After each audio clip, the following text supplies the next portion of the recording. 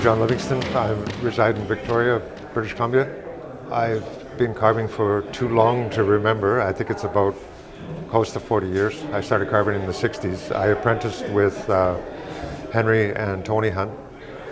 They were the head carvers in the Provincial Museum in Victoria at that time. This is a human figure with a copper, chief's copper on his body.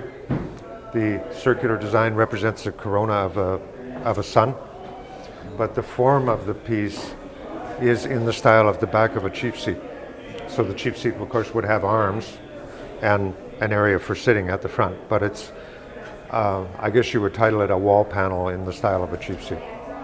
This is a little different in that I have, one of the large pieces I have is totally hand carved. This is also a handmade process, but this is sandblasted. So what I did is I covered the whole flat panel in a rubber material, and then I drew the design on the rubber and I cut through the rubber to make a stencil, and then it's hand sandblasted.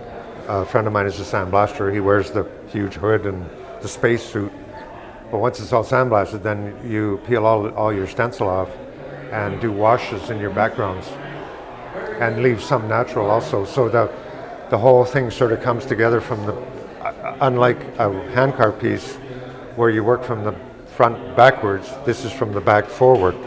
So the last things you do is put the red and the black on, and it kind of pulls it all together, because the red and the black is what gives you the sharp edges. Fun process, and what it does is it enables you to do something that's totally handmade, original, but at about half the cost of a hand carved piece.